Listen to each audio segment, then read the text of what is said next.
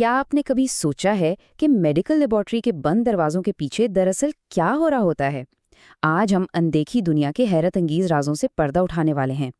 ہم پاخانے کے معائنے کی سائنس اور اس سے جڑی خودبینی جاسوسی کا گہرائی سے جائزہ لیں گے۔ تو چلیے، بغیر کسی تاخیر کے سیدھے موضوع کی طرف چلتے ہیں۔ اب سوال یہ پیدا ہوتا ہے کہ ایک بظاہر عام سا پاخانے کا نمونہ آخر کون سے راز افشا کر سکتا ہے؟ سچ پوچھیں تو یہ کسی میڈیکل تھرلر سے کم نہیں۔ ہم دیکھیں گے کہ لیب ٹیکنیشینز کس طرح حیاتیاتی جاسوس بن کر معدے اور آنتوں کی بیماریوں کی جڑ تک پہنچتے ہیں۔ یہ محض کوئی روایتی ٹیسٹ نہیں ہے، بلکہ بکھرے ہوئے چھوٹے چھوٹے شواہد کو جوڑ کر ایک مکمل کہانی بنانے کا دلچسپ عمل ہے۔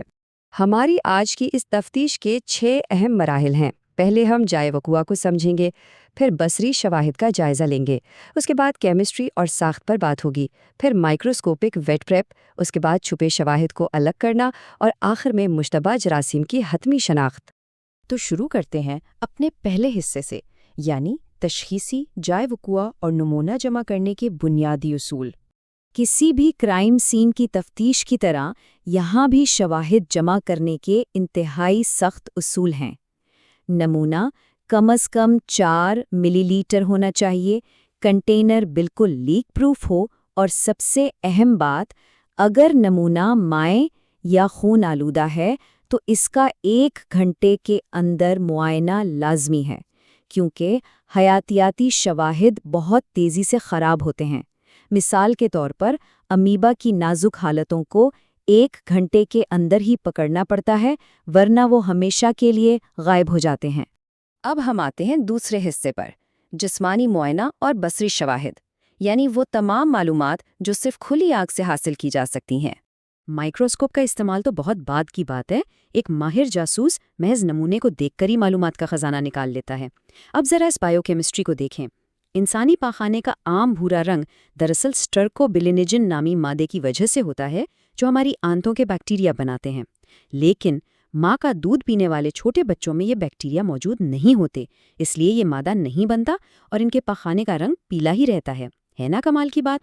اور رنگ کا یہ کمال صرف یہیں ختم نہیں ہوتا، رنگ ایک زبردست لوکیشن ٹریکر کا کام بھی کرتا ہے۔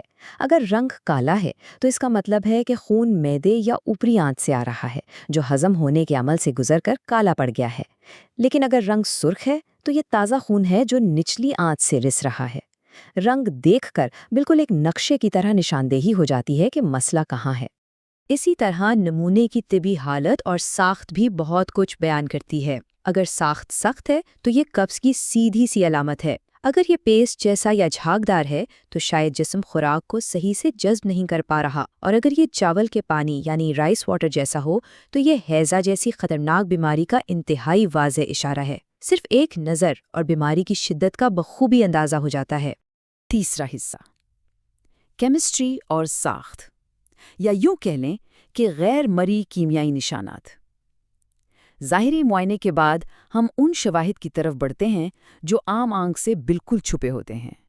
یہاں پی ایچ لیول تفتیش میں ایک بہت بڑا سراغ فراہم کرتا ہے۔ اگر پی ایچ تیزابی ہے تو اس کا مطلب ہے کہ جسم کاربوہائیڈریٹس کو ٹھیک سے نہیں توڑ رہا، جو عموماً امیبیائی پیچش کی نشاندہی کرتا ہے۔ اور اگر یہ اساسی یعنی الکلائن ہے تو مسئلہ پروٹینز کے ٹوٹنے کا ہے، جو بیسیلیری پیچش کی طرف اشارہ کرتا ہے۔ اب ذرا آکلٹ بلڈ یا چھپے ہوئے خون کے بارے میں بات کرتے ہیں۔ بعض اوقات خون موجود تو ہوتا ہے، مگر اس کی مقدار 10 ملی لیٹر سے بھی کم ہوتی ہے اور وہ کھلی آنکھ سے بالکل نظر نہیں آتا۔ ایسے میں لیب ٹیکنیشینز بالکل فورینزک ایکسپرٹس کی طرح بینزیڈین یا آرتھوٹالوئیڈین ٹیسٹ اور آکسیڈائزنگ انزائمز کا استعمال کرتے ہیں تاکہ ان چھپے ہوئے خونی نشانات کو بے نقاب کیا جا سکے۔ چوتھا حصہ، مائکروسکوپک معائنہ اور ویٹ پریپ۔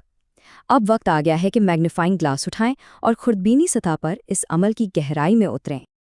اور یہیں سے حیاتیاتی جاسوسی واقعی سنسنی خیز ہو جاتی ہے۔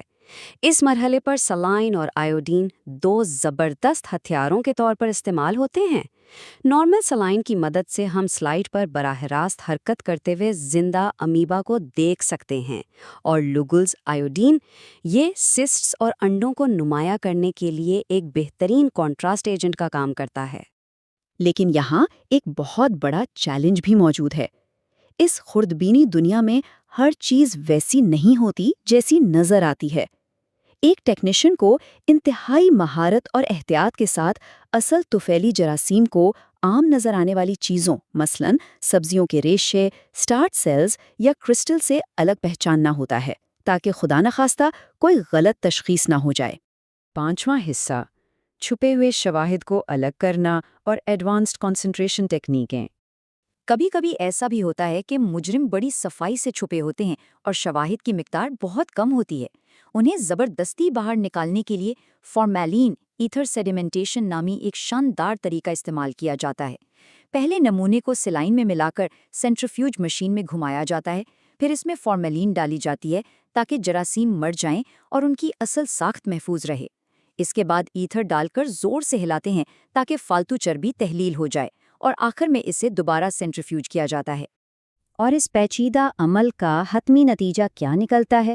سینٹریفیوج ٹیوب میں 4 بالکل واضح تہیں بن جاتی ہیں اور ہمارے مطلوبہ مجرم یعنی تمام طفیلی شواہد بالکل نیچے فارما واٹر کے نیچے ایک جگہ صفائی کے ساتھ جمع ہو جاتے ہیں۔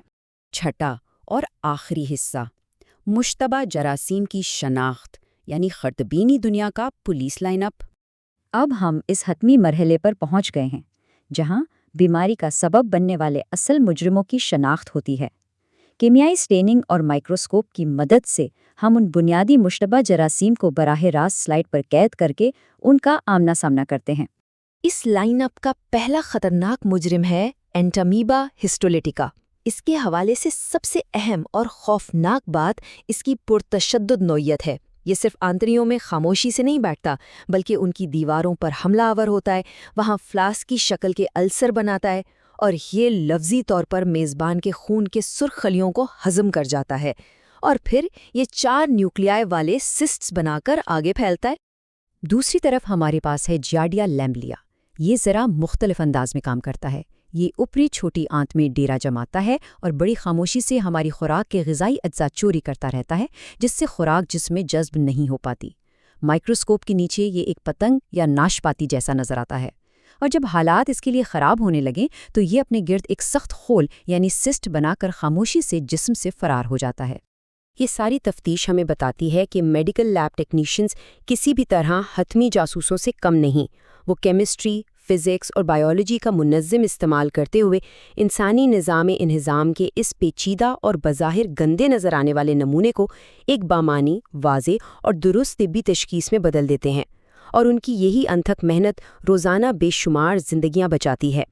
تو اگلی بار جب کسی لیب ٹیسٹ کی رپورٹ آپ کے سامنے آئے تو ان اندیکھی جنگوں کے بارے میں ضرور سوچیے گا جو ہر روز خردبینی سطح پر لڑی جا رہی ہیں۔ یہ واقعی حیران کن ہے کہ کس طرح پس سے پردہ کام کرنے والے یہ جاسوس ہماری صحت کی حفاظت کر رہے ہیں۔ ایک عام سا نمونہ کتنی گہری، پیچیدہ اور حیرت انگیز سائنسی کہانی سنا سکتا ہے۔ سوچنے کی بات ہے نا؟